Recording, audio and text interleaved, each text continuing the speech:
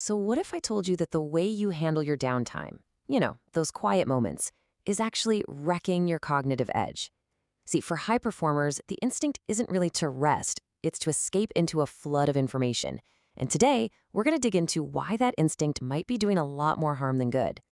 All right, let's just dive right in with a question for you. Think about it for a second. That very moment you feel that tiny little spark of boredom. Maybe you're in line for coffee or waiting for a Zoom call to start. What's your immediate, almost unconscious reaction?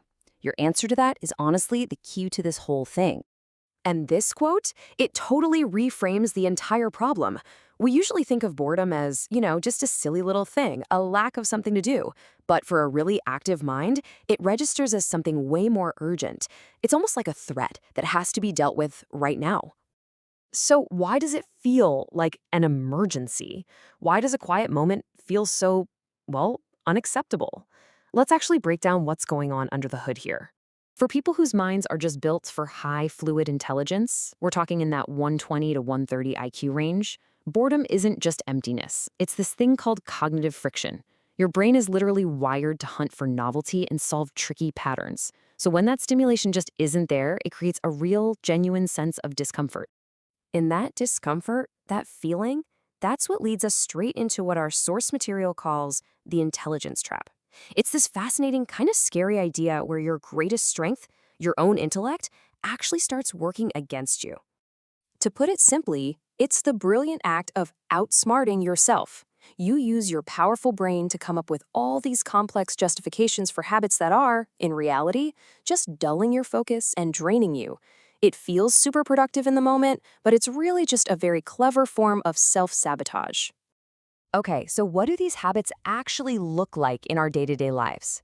Let's get really specific and explore 3 of the most common ways we drain our own batteries when we're trying to escape that feeling of cognitive friction. We're going to break down these 3 big tracks, one by one. First, there's that scroll you tell yourself is for learning. Then there's the tendency to turn a simple little task into a huge, complicated project. And finally, the paradox of shutting yourself off from people when your brain needs that connection the most. So first up, the educational doom scroll. You know the one. You tell yourself you're learning, you're catching up on important articles or videos. But what's really happening? You're just flooding your brain with low-level stimulation.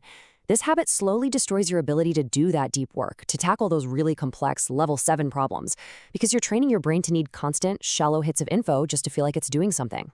Now for the second trap. Have you ever spent like 3 hours researching the perfect productivity app instead of just doing the 5-minute task you needed to do? Yep, that's the trap right there. Your brain feels so busy and sophisticated, but what's actually going on is you're stuck in analysis paralysis. You're creating this giant action gap between thinking about doing something and actually doing it. And finally, we've got the social paradox. When you're bored, it is so easy to just isolate yourself, ignore texts, skip the small talk. But here's the brutal truth from the source. You are literally starving your brain of the varied, unpredictable input it desperately needs to stay flexible. Being smart shouldn't be a reason to disconnect. It should be a tool to find real depth in those connections. Okay, so we've laid out all the problems, and yeah, it might sound a little bleak, but what's the alternative? The solution is all about mastering the art of doing nothing, which, as we're about to see, is actually a really powerful 2-part cure for your brain. So instead of that knee-jerk reaction to grab a distraction, the truly smart response is a 2-step approach. First, you practice something called intellectual humility, and second, you consciously engage in what's known as cognitive play.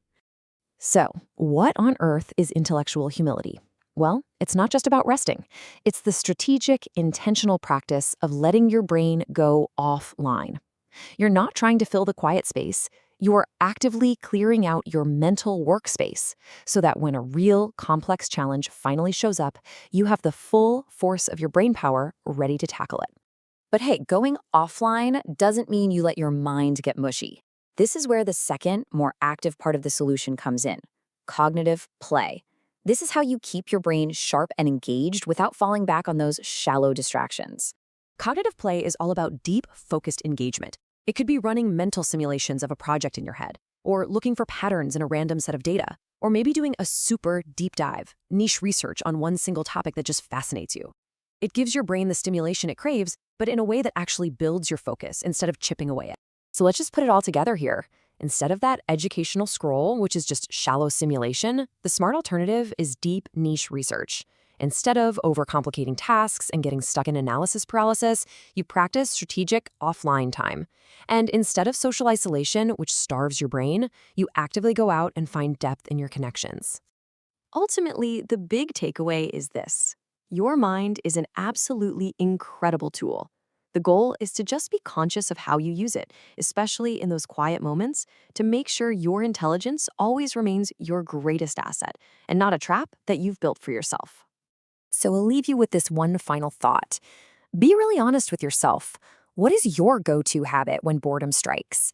Because just identifying it, that is the first and most powerful step toward protecting and upgrading your focus. Thanks for digging into this with me.